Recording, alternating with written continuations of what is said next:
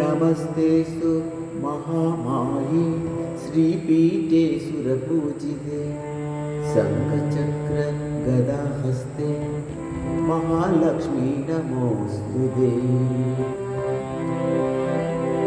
नमस्ते गरुडारूढे कोलासुरभयङ्करी सर्वपापहरे देवी महालक्ष्मी नमोऽस्तुते।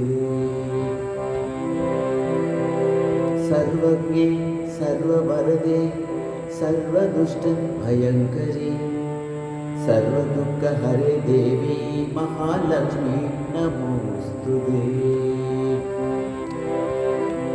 सिद्धिबुद्धिप्रदे देवी भुक्तिमुक्तिप्रदायिनी मन्त्रमूर्ते सदा देवी महालक्ष्मी नमोऽस्तुते।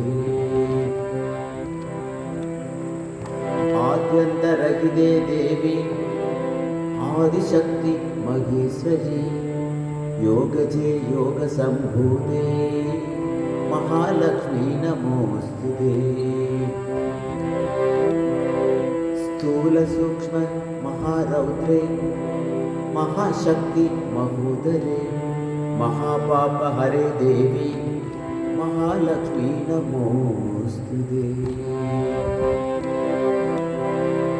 पद्मासनस्थिते देवी परब्रह्मस्वरूपिणी परमेशी जगन्माता महालक्ष्मी नमोऽस्तुते।